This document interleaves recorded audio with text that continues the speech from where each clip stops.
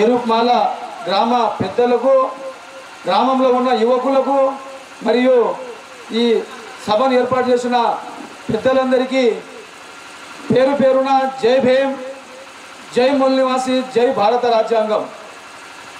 బాబాసాహెబ్ అంబేద్కర్ గురించి అందరూ చెప్పిండ్రు, రాజ్యాంగం గురించి కూడా చెప్పేసిండ్రు. నేను ఒకటే ఇక్కడ బ్యానర్లో ఉన్న మహానీయుల గురించి ఒక్కొక్కరి గురించి ఒక్కొక్క నిమిషమే మాట్లాడతా, ఎక్కువ మాట్లాడను. ఎందుకంటే మొదటగా భగవాన్ గౌతమ బుద్ధుడు, ఈ గౌతమ బుద్ధుని యొక్క జయంతి ఈ నెల 12 తారీఖు నాడు జరుగుతుంది. బుద్ధ పూర్ణిమ అంటారు దాన్ని. బాపనోళ్ళు కబ్జా చేసుకొని ఏదో పూర్ణిమ అని చెప్పేసి చెప్పుకుంటున్నారు దాన్ని. అసలు భారతదేశంలో మొదటగా బౌద్ధమే కాబట్టి ఆయనది 2587వ బుద్ధ పూర్ణిమ. అంటే ఇన్ని సంవత్సరాల ముందు కులాలు లేవు. గౌతమ బుద్ధుడు ఉన్నప్పుడు, అశోకుడు ఉన్నప్పుడు కులాలు లేవు, కులం అనే కుంపటే లేదు, అందరూ సమానమే, మనుషులందరూ సమానమనే ఉంది. కాబట్టి అదే బౌద్ధం నుండి బుద్ధ అండ్ హిస్ ధమ్మ అనే బుక్కును డాక్టర్ బాబాసాహెబ్ అంబేద్కర్ చదివి ఆ బౌద్ధంలో ఉన్నాయి మొత్తం భారత రాజ్యాంగమే బౌద్ధం. ఇప్పుడు సమానత్వం అనేది వచ్చిందే బౌద్ధం నుండి. కాబట్టి గౌతమ బుద్ధుని యొక్క చరిత్రనే భారత రాజ్యాంగంలో అశోక చక్రం ఉంటుంది. అశోక చక్రం కూడా బాబాసాహెబ్ అంబేద్కర్ మన త్రివర్ణ పథకంలో జాతీయ జెండాలో పెట్టించిండు భారతదేశంలో. కాబట్టి తర్వాత ఛత్రపతి శివాజీ మహారాజ్. శివాజీ మహారాజ్ అంటే కత్తి చేతిలో పట్టుకొని కాషాయం కట్టుకొని ఊరంతా ఊరులాతారు. భారతదేశంలో ఉన్న ఇప్పుడు ఉన్న ఆర్ఎస్ఎస్ కానీ బీజేపీ కానీ ఏం చెప్తుందంటే జై శివాజీ, జై భవానీ అనుకుంటారు. సరే, శివాజీ ఏందనేది అందరికీ తెలియాలి. ఛత్రపతి శివాజీ మహారాజ్ని చంపింది ఎవరు? ఈ విషయం ఎందుకు చెప్తలేడు ఇది ఆర్ఎస్ఎస్ బీజేపీ?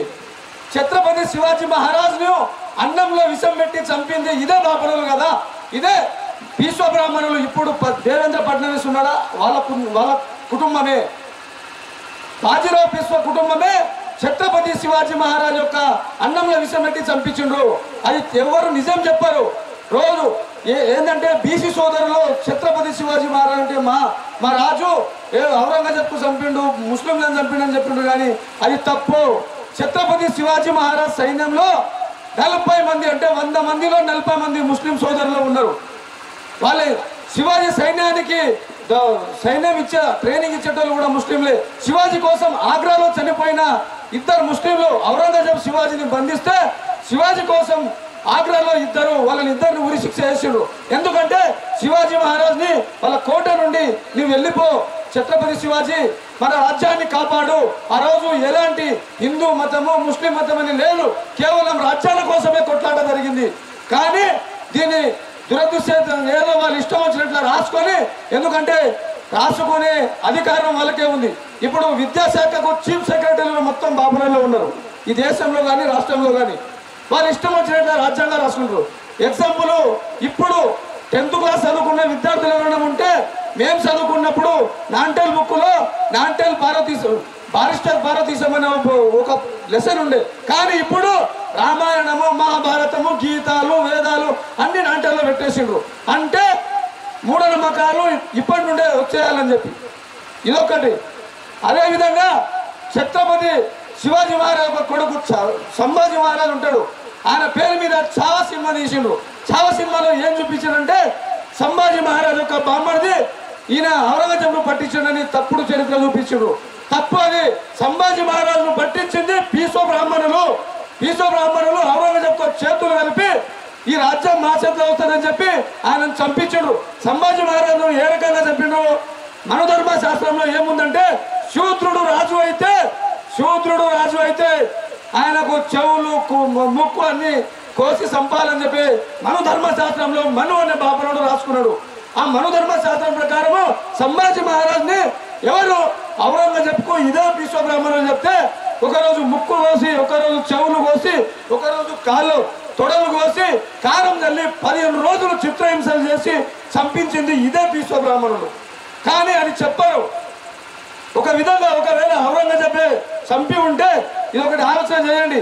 ఒక కుర్చీ ఉంది ఇక్కడ, ఈ కుర్చీ కోసము ఔరంగజేబు శివాజీ ఔరంగజేబు కొట్లాట జరిగితే మరి శివాజీ సంభాజీ చనిపోయిన తర్వాత ఆ కుర్చీ మీద ఎవరు కూర్చోవాలి?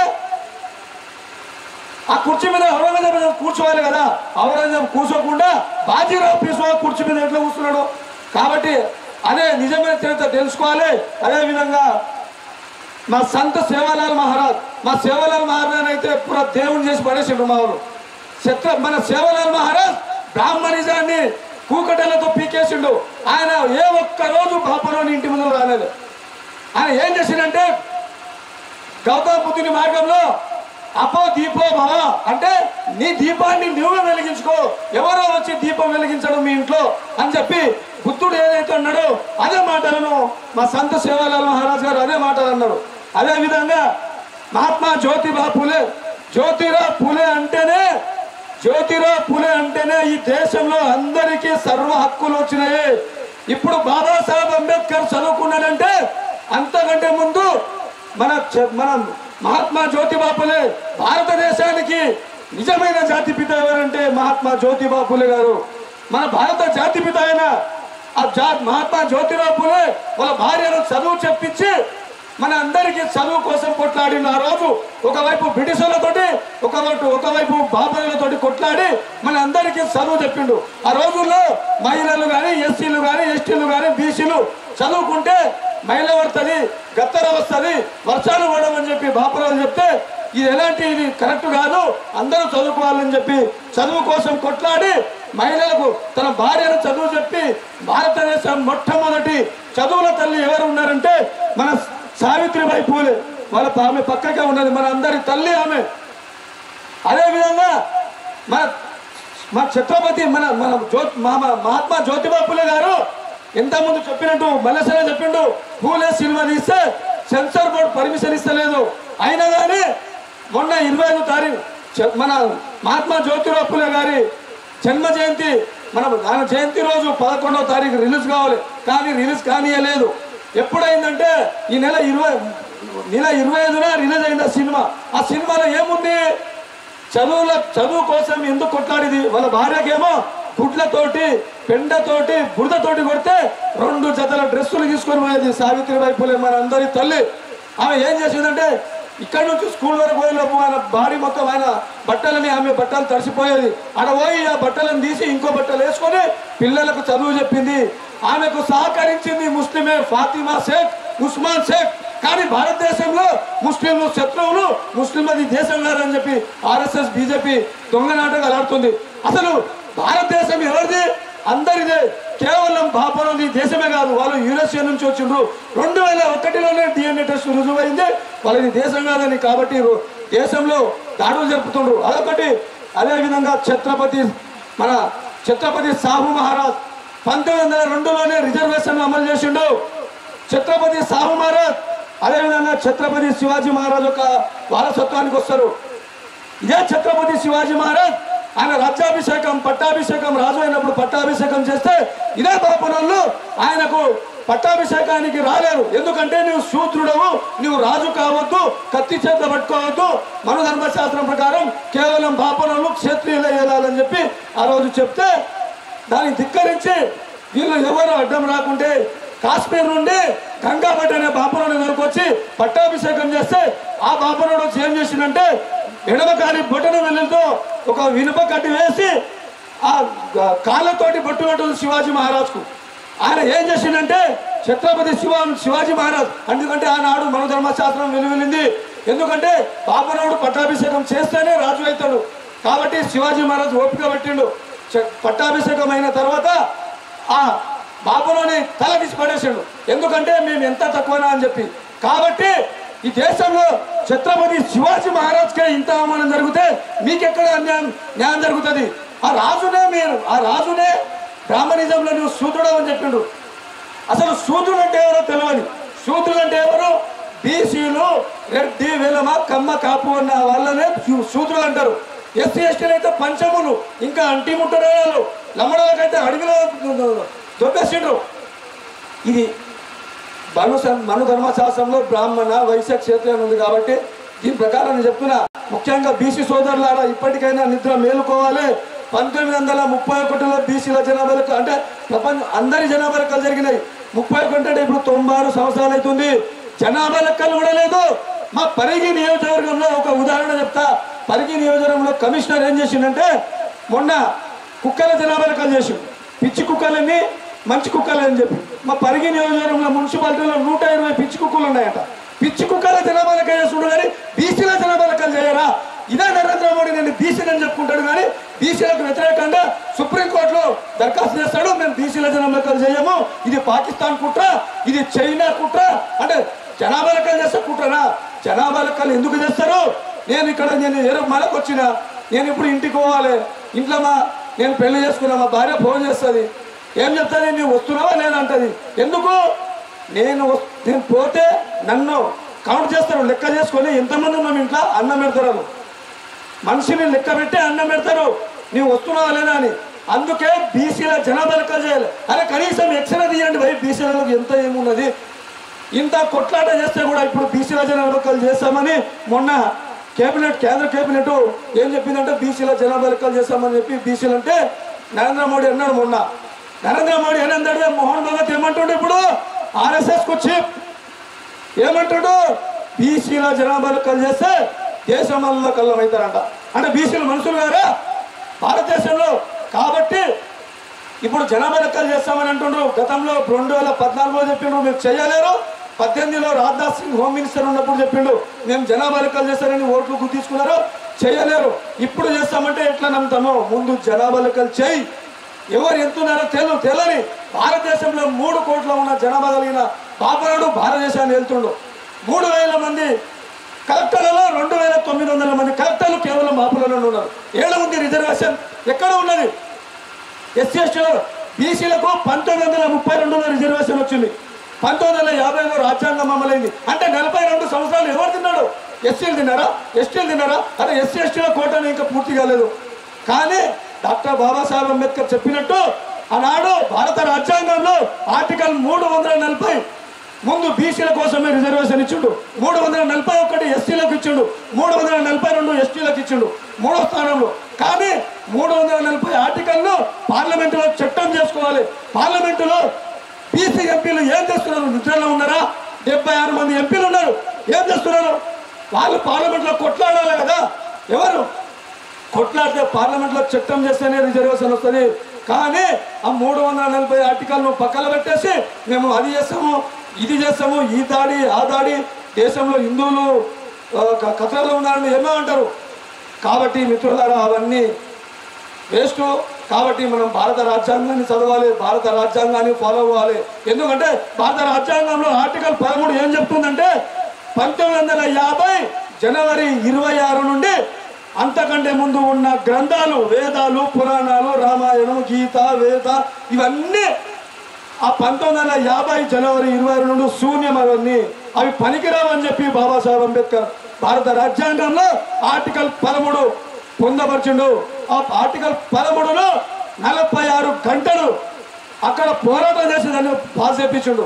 అదేవిధంగా బీసీలో 340 ఆర్టికల్ కోసము ఒక చేతిలో రాజీనామా పత్రము, ఒక చేతిలో రాజ్యాంగాన్ని రాసిండు.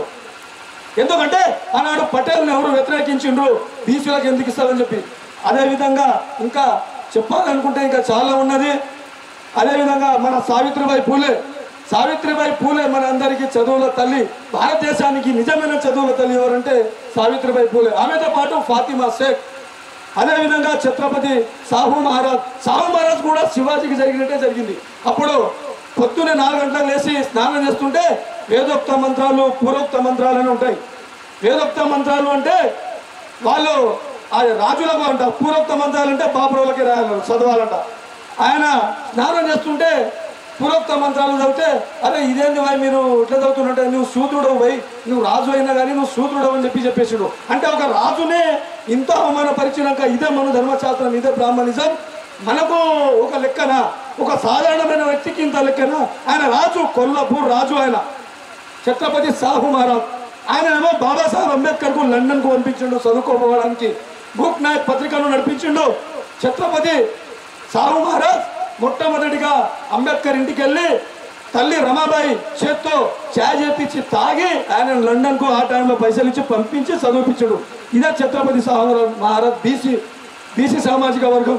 అదేవిధంగా మన నారాయణ గురు ఆయన ఉద్యోగ వృత్తిని ఇడిచిపెట్టి ఉద్యోగం టీచర్ ఉండే ఇడిచిపెట్టి సమాజంలో న్యాయం కోసం కొట్లాడిండు. పక్కకే పెరియార్ నారాయణ స్వామి. పెరియార్ నారాయణ స్వామి పేరు వింటే ఈ చుట్టుపక్కల ఎవరైనా బాపురం ఉంటే రాత్రి నిద్ర రాదు, రాత్రి వాళ్ళకు నిద్ర రాదు. ఇదే పెరియార్ నారాయణ స్వామి 3 కోట్ల దేవతల ఫోటోలు ఉంటాయి కదా అన్ని చిత్రపటాలకు చెప్పుల దండలేసి దేశం మొత్తం తిప్పిండు, ఇట్లా కొట్టిండు, చూపించిండు. అది నేను కొడుతున్నా నాతోటే కాపాడుకెళ్ళిపోతుండు, మిమ్మల్ని ఇట్లా కాపాడతారని చెప్పి. అదేవిధంగా ఆయన చనిపోవాలని చెప్పి పెరియార్ రామస్వామి చనిపోవాలని చెప్పి యజ్ఞం చేసిండు. ఇదే బ్రాహ్మణిజం. ఎందుకు చనిపోవడానికి కూడా యజ్ఞాలు చేసిండు. ఈయన చనిపోవాలి, తొందరగా చనిపోవాలని. వాళ్ళు ఎంత యజ్ఞాలు చేస్తే ఆయన ఎక్కువ 96 సంవత్సరాలు బతికిండు. ఆయన ఈ గడ్డం ఉన్నాయన పెరియార్ నారాయణ స్వామి. పక్కకు రమాబాయి కాన్సీరామ్. కాన్సీరామ్ ఏం చేసిండు, మన బాబాసాహెబ్ అంబేద్కర్ కుల నిర్మాణ ఒక బుక్ రాసిండు. ఆ ఒక్కటే బుక్ చదివి ఆయన సైన్స్ అంటే మన పెద్ద డిపార్ట్మెంట్లో గ్రూప్ 1 ఆఫీసర్ మన కాన్సీరామ్ గారు పక్కకు బీఎస్పీ పార్టీని స్థాపించిన వ్యక్తి, బాంసెప్ వ్యవస్థాపకుడు. ఆయన ఒకటే బుక్ చదివి ఆయన ఉద్యోగాన్ని రాజీనామా చేసి తన తల్లిదండ్రులకు 42 పేజీలతో ఒక లెటర్ రాసిండు. ఇంటికి లెటర్ రాసి అని చెప్పిందంటే అప్పటికే ఆయనకు సంబంధాలు చూసిండ్రు, ఎంగేజ్మెంట్ అయింది. మన కాన్సీరామ్ గారికి సెకండ్ మన జగన్ జీవన్ పక్కకు ఉంటాడు. ఆయనకు సంబంధాలు మాట్లాడితే ఆయన ఏమన్నాడంటే, నేను ఇప్పుడు పెళ్లి చేసుకోను, నాకైతే సంబంధం చేసిండ్రు ఆ అమ్మాయిని వేరేలకు మంచిగా చేసి పెళ్లి చేయండి, ఈ రోజు నుంచి నేను మీ కొడుకును కాదు దేశంలో ఉన్న అందరి కొడుకునని చెప్పి 42 పేజీలతో లెటర్ రాసి నేను బాబాసాహెబ్ అంబేద్కర్ రథాన్ని ముందుకు తీసుకుపోవాలి, బాబాసాహెబ్ అంబేద్కర్ ఎంత కష్టపడ్డాడో నాకు ఈ బుక్ చదివితేనే తెలిసింది. ఎందుకంటే కాన్సీరామ్కు కూడా 1900 ఆయన చదువుకునే వరకు కాన్సీరామ్కు అంబేద్కర్ అంటే తెలియదు. ఆయన ఉద్యోగం చేస్తున్నాడు కానీ తెలియదు. ఆయన గ్రూప్ 1 ఆఫీసరు, ఆయనకు కలెక్టర్ ఉంటాడు పెద్దగా, ఆయన బ్రాహ్మణ్. బాబాసాహెబ్ అంబేద్కర్ జయంతి రోజు హాలిడే ఇవ్వలేడంట, అందరికి అన్ని జయంతులకు హాలిడే ఇచ్చిండు. ఆయన ఏం చెప్పిందంటే, ఇదే ఎందుకు హాలిడే ఇస్తలేవు అంటే, నేను ఇయ్యను, నా ఇష్టం అని నేను అధికారిని అని చెప్తే ఆయన ఏం చెప్పిండు, దీనా బానా కబాడే అని 2 ఉన్నారు బాంసెప్ వ్యవస్థాపకులు, బీఎస్పీ కంటే ముందు. అది వాళ్ళిద్దరిని పిలిపించిండు, మీరు ఇక్కడ గేట్ దగ్గర కూర్చోండి, నిలబడి మూత దగ్గర లోపలికి పోతాయని చెప్పి అదే గ్రూప్ 1 ఆఫీసర్ కలెక్టర్ని కొట్టి ముక్కులకు వెళ్ళి చెవులకు రక్తం కారేదక్క కొట్టి బయటకు వచ్చి లెటర్ రాసి అన్న ముఖాన పడేసి నీ ఉద్యోగం నువ్వు పెట్టుకో, నేను వెళ్తున్నా బాబాసాహెబ్ అంబేద్కర్ ఆలోచన విధానం అని చెప్పి బాబాసాహెబ్ కోసము నిరంతరం కొట్లాడిన కాన్సీరామ్ గారు. కొట్లాడి ఉత్తరప్రదేశ్లో 4 సార్లు మాయావతిని ముఖ్యమంత్రిని చేసిండు. కేవలం సంకలం మైకేసుకొని సైకిల్ మీద తిరిగి. ఎందుకు ఓటు చైతన్యం చేసిండు. ఓట్ హమారా రాజ్ తుమారా నహి చలేగా అన్నాడు.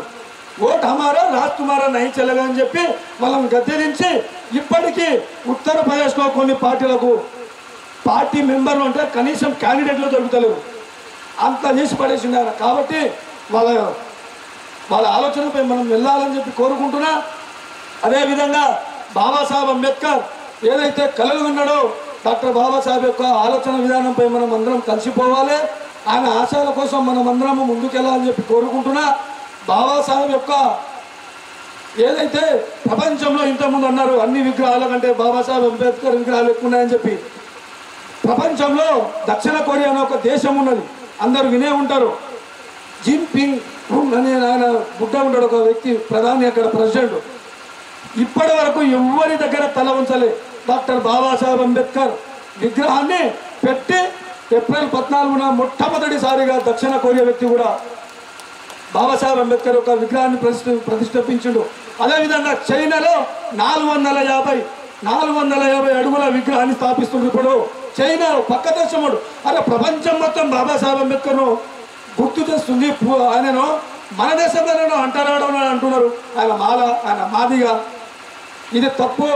బాబాసాహెబ్ అంబేద్కర్ అందరికీ సమాన హక్కులు ఇచ్చిండు. కాబట్టి బాబాసాహెబ్ యొక్క గురువులు ఎవరంటే సంత్ గౌతమ బుద్ధుడు మొదటి గురువు, సంత్ కబీర్ రెండవ గురువు, మూడవ గురువు మన జ్యోతిబా ఫులే, మన భారత జాతిపిత, నిజమైన జాతిపిత మహాత్మా జ్యోతిబా ఫులే. ఆయన గురువుగా ఆయన చదువుకున్నది 7th క్లాసే.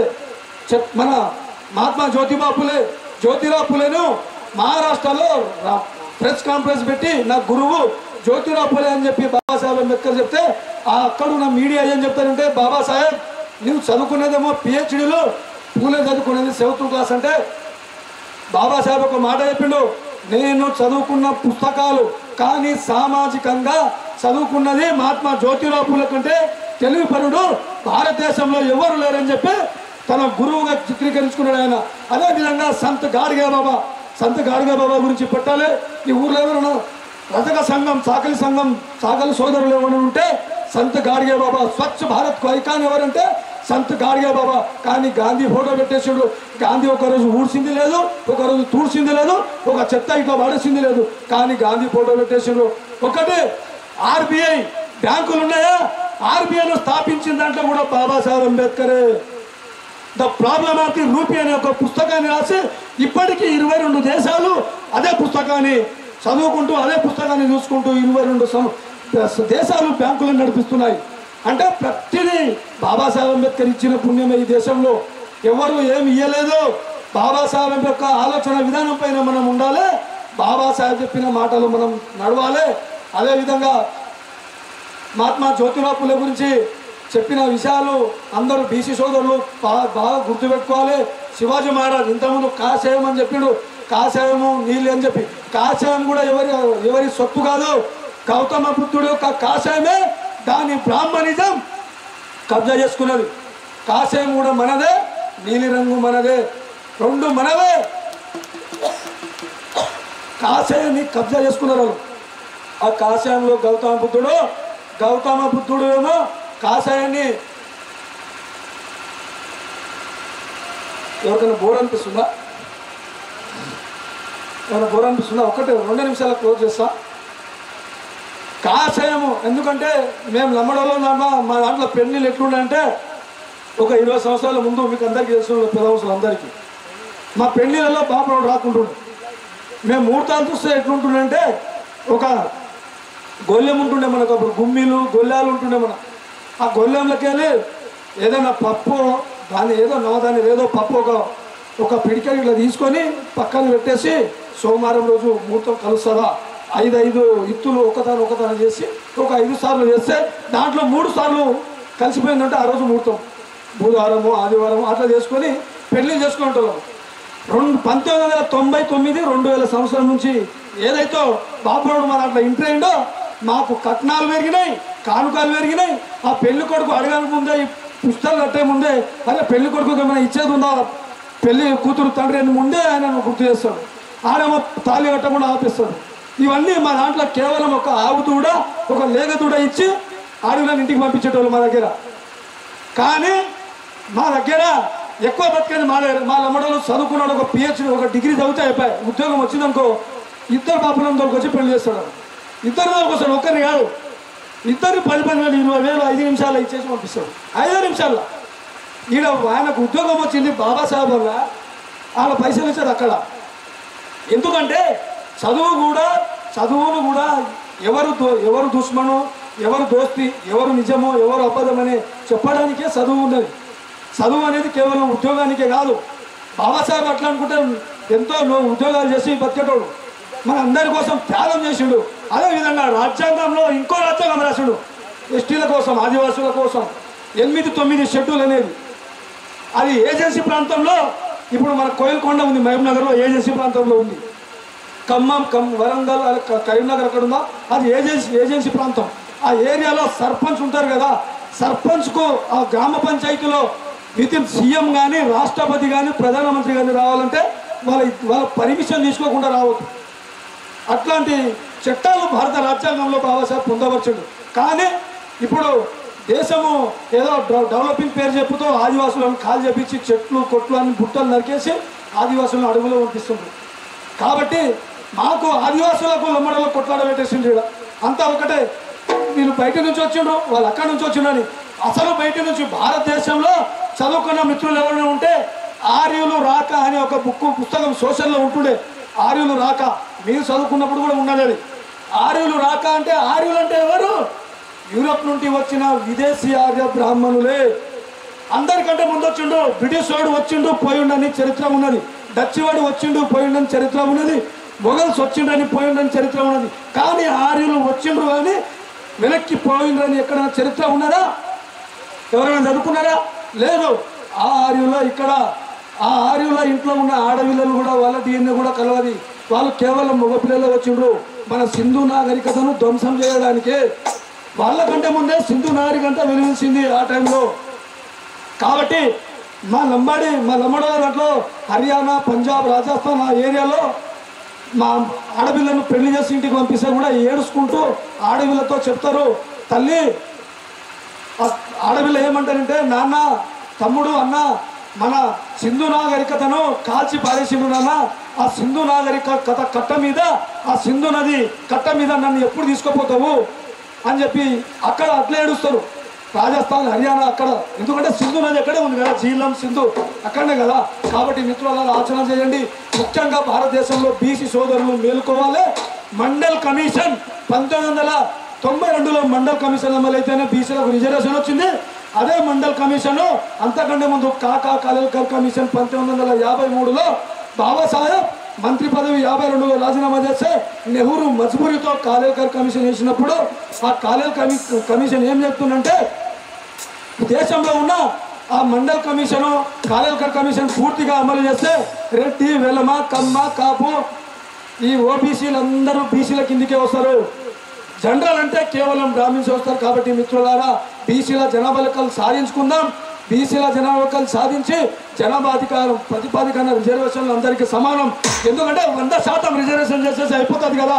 ఎవరి జనాభా ఎంతో అంత వాటా తీసుకుందామని చెప్పి కోరుకుంటూ నాకు ఈ అవకాశం ఇచ్చిన ఎరుపుమల్ల యువజన సంఘ సభ్యులందరికీ పేరు పేరున ఉద్యమాభివందనాలు తెలుపుకుంటూ జై భీమ్, జై భారత్. వాస్తవంగా ఒక్క విషయం చెప్తా. ఒకటే నిమిషము. రాజ్యాధికారం అంటుడు కానీ ఈ రాజ్యాధికారం రావాలంటే గతంలో మనుధర్మశాస్త్రం మనకు ఎలాంటి హక్కులు లేకుండా చేసి పడేసింది. విద్య లేకుండా, అలా ఆస్తి అంతస్తులు లేకుండా చేసింది. అదే మనుధర్మశాస్త్రం ఇంకో రూపంలో వచ్చింది భారతదేశంలో. ఎలక్ట్రానిక్ ఓటింగ్ మిషన్, ఈవీఎంలు ఉన్నాయి కదా. నీ ఎవరికి ఓటేసినా కమలం పూకు తప్ప దేనికి పోదు పార్లమెంట్ ఎలక్షన్లో. చూడండి మీరు, మనం బీజేపీ కాంగ్రెస్ పార్టీ పోయి ఏమంటుంది, చేయి గుర్తు కోటని చెప్పి అడుగుతారు. టీఆర్ఎస్ వాళ్ళు కారు గుర్తు కోటని చెప్తారు. అదే సిపిఎం దానికి కొడవలి దానికి ఏమంటారు. అదేవిధంగా ఏంది బీఎస్పీ ఏనుగు గుర్తుకొని అడుగుతాం. బహుజన్ ముక్తి పార్టీ మంచం గుర్తు. మనం అందరం అన్ని గుర్తులకు అడుగుతాం. కానీ బీజేపీ వాళ్ళు ఏమంటారు, మీరు ఎన్ని గుర్తులకు ఎక్కడ వచ్చినా కమలం పువ్వుకే ఓటు వస్తుంది, మేము సెట్ చేసి పెట్టినామని చెప్పి వాళ్ళకి తెలుసు. మొన్న అమెరికా ట్రంప్ కూడా చెప్పిండు, భారతదేశంలో ఈవీఎం మిషన్లు బ్యాన్ చేయాలి, బ్యాలెట్ పేపర్ ద్వారా ఎన్నికలు నిర్వహిస్తేనే నిజమైన ఎన్నికలు జరుగుతాయని చెప్పిండు. కాబట్టి ఆ ఈవీఎంలను కూడా పారదర్శించడానికి మనమందరం ముందుండాలి. కాబట్టి మనమందరము, ఎందుకంటే మన ఓటు హక్కును దొంగలిస్తున్నారు కాబట్టి మన ఓటు ఎవరికి వేస్తున్నామో మనం వేసుకుంటామని చెప్పి కోరుకుంటూ, ఎందుకంటే నాకు అవకాశం ఇచ్చిన మిత్రులందరికీ జై భీమ్, జై భారత్, జై ముండిమాసి, బ్యాన్ ఈవీఎం, సేవ్ డెమోక్రసీ.